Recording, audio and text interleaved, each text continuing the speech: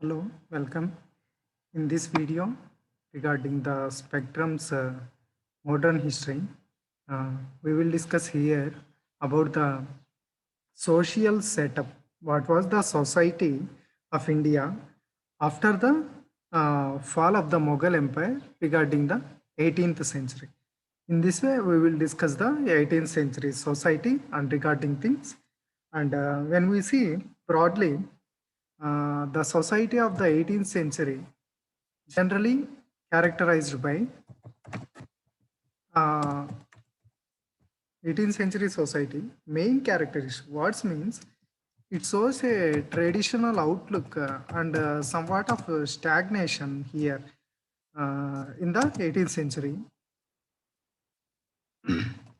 traditional outlook and stagnation of the society. That means some of the traditional things the people has been following some type of sati or patriarchal society and some of the caste councils and caste panchayats and regarding all these things the traditional orthodox type of means of society and stagnation, not many too many changes. That is the major characteristic of the society of the 18th century.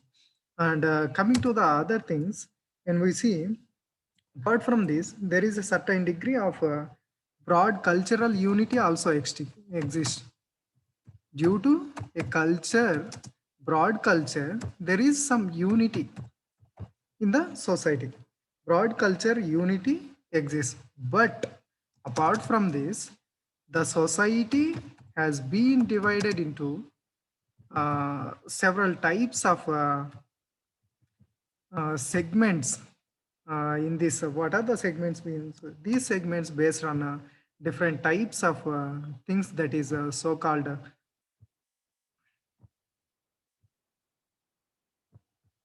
when we see the society has been divided into various castes and apart from this various types of mm, religion or something called tribe or something called language.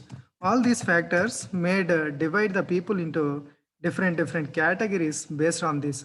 That's why there exists some sort of so-called divide in the people. And also there exists some sort of cultural unity. Both exist at a time. And apart from this, when we see um, what we majorly observe means some of the caste or when we see mm, caste councils or caste panchayats, these caste councils or caste panchayats also seen here in the society, which are enforcing the caste norms. Majorly, these, just a minute, these caste councils or caste panchayats are involved in enforcement of the this so-called caste norms and caste regulations.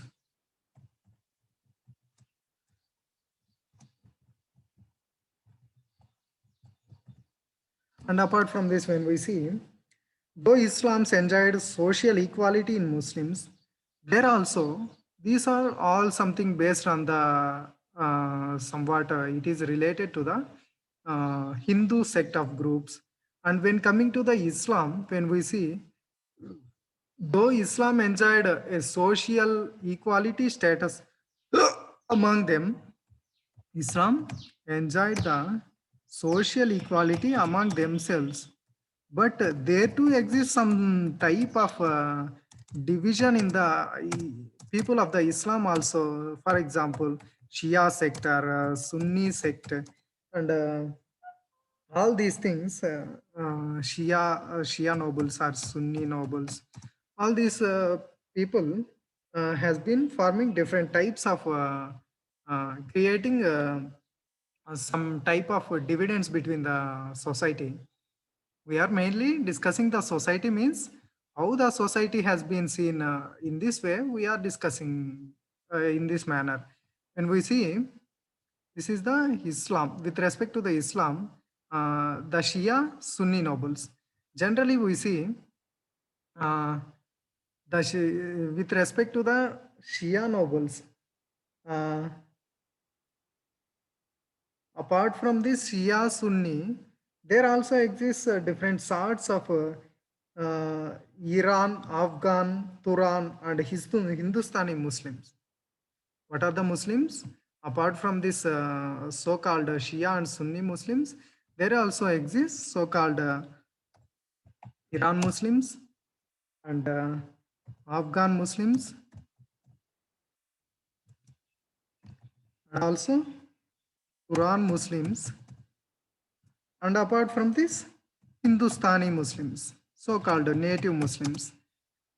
This type of sect classification also we are broadly seen in the Muslims only. Uh, and when we see, and again differences of the Islam, when we see, what are the, apart from this, what are the again differences means, Sharif Muslims and Ajlaf Muslims also present there. What are they? When we see Sharif Muslims, another one is the Ajlaf Muslims. When we see the Sharif Muslims, these Muslims generally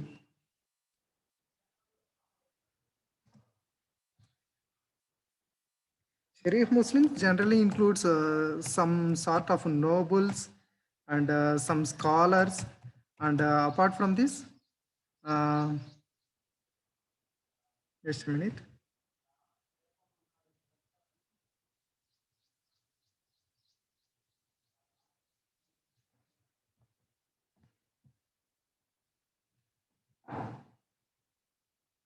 Nobles, scholars, and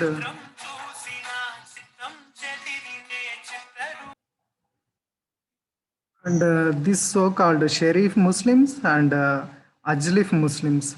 The Sharif Muslims are somewhat higher class, belonging to the nobles, scholars, and priests, whereas Ajlaf Muslims generally involved in the matters of the army affairs. With compared to the Sharif Muslims, these Ajlaf Muslims are relating to the lower caste. And apart from this, what are the other sects? Before things, let's broadly discuss something about all these things. The first of all, the social structure of the 18th century, generally characterized by traditional outlook and stagnation, somewhat stability. ఒక type of సాంప్రదాయబద్ధమైన మరియు స్టేబుల్గా ఎటువంటి మార్పులు లేని society అన్నమాట. Broad cultural unity ఉంది ప్రజల్లో. Culture వల్ల యూనిటీ, ఇండియా అనే ఒక టైప్ ఆఫ్ కల్చర్. ఇది కాకుండా సొసైటీలో వేరియస్ డివిజన్స్ ఉన్నాయి. ఈ డివిజన్స్ వేటి వల్ల వచ్చాయి? వేరియస్ క్యాస్ట్ కానీ, రిలీజియన్ కానీ, ట్రైబ్ కానీ, లాంగ్వేజ్ వల్ల. వేరయాజ్ హిందూ సొసైటీలో మనం చూస్తే various types of caste councils, caste panchayats, ఇవి జనరల్గా వాటి యొక్క క్యాస్ట్ నార్మ్స్, రెగ్యులేషన్స్ ఎన్ఫోర్స్మెంట్లో ఇన్వాల్వ్ అవుతున్నాయి అన్నమాట. వీటి కంట్రోల్లో మేజర్గా క్యాస్ట్ రూల్స్, రెగ్యులేషన్స్ కంట్రోల్ చేయబడుతుంది. వేరయాజ్ మనం చూస్తే ఇస్లాము సోషల్ ఈక్వాలిటీ బ్రాడ్గా ఉండింది హిందూతో పోలిస్తే, కానీ there also exist some sort of dividing in the people. Shia Muslims, Sunni nobles, two types of people based on the sect. ఇది కాకుండా మనం చూస్తే Iran Muslims, Afghan Muslims, Turan Muslims and Hindustani Muslims, ఈ టైప్ ఆఫ్ క్లాసిఫికేషన్. ఇది కాకుండా based on their hierarchy of the caste, there also exists two types of Muslims, Sharif Muslims and Ajlaf Muslims. The Sharif Muslims are the higher caste. వాళ్ళు nobles, scholars, ప్రీస్, higher క్లాస్కు belong అయిన వాళ్ళు Sharif. Lower కాస్ట్కి సంబంధించిన వాళ్ళు army అఫైర్స్లో involve అయ్యారు, అజ్రఫ్ Muslims. ఇది total broad outlook. Apart from this, now we can see the what is the status of the women in the 18th century society. Here in the women, generally when we see the society, it is dominated by the patriarchal nature of the society. What the major issue with the patriarchal society means, there is a lack of individuality of the women on their own. Due to this patriarchal nature of the society, there is lack of the individuality for the women according to their decisions or their thoughts, majorly dominated by the patriarchal society by the men. And some the upper class women generally staying at the home, and lower caste women went to for the fields for their family income. All these things exist. And apart from this, there exists some sort of outdated and exploitative systems in the society. What are these outdated and exploitative systems means, some sort of put the sorry,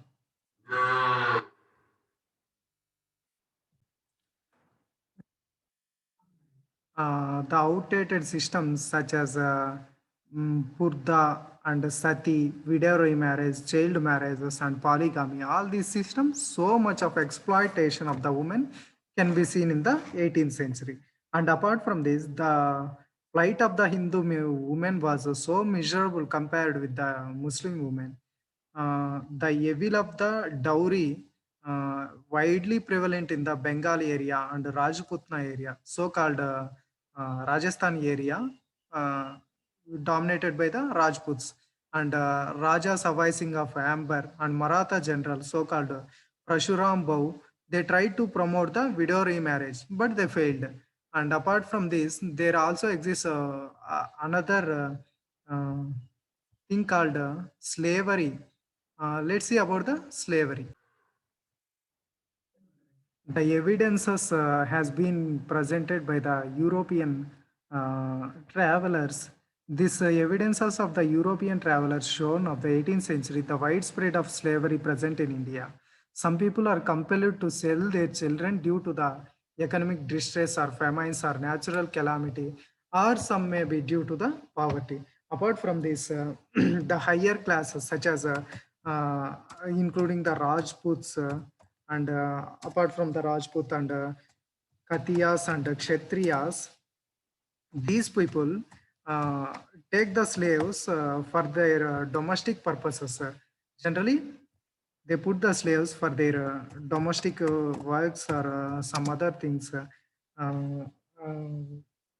For the women slaves, generally, for the domestic work, they include the uh, women slaves by the higher caste people. Apart from this, the slavery in India not better than the Europe.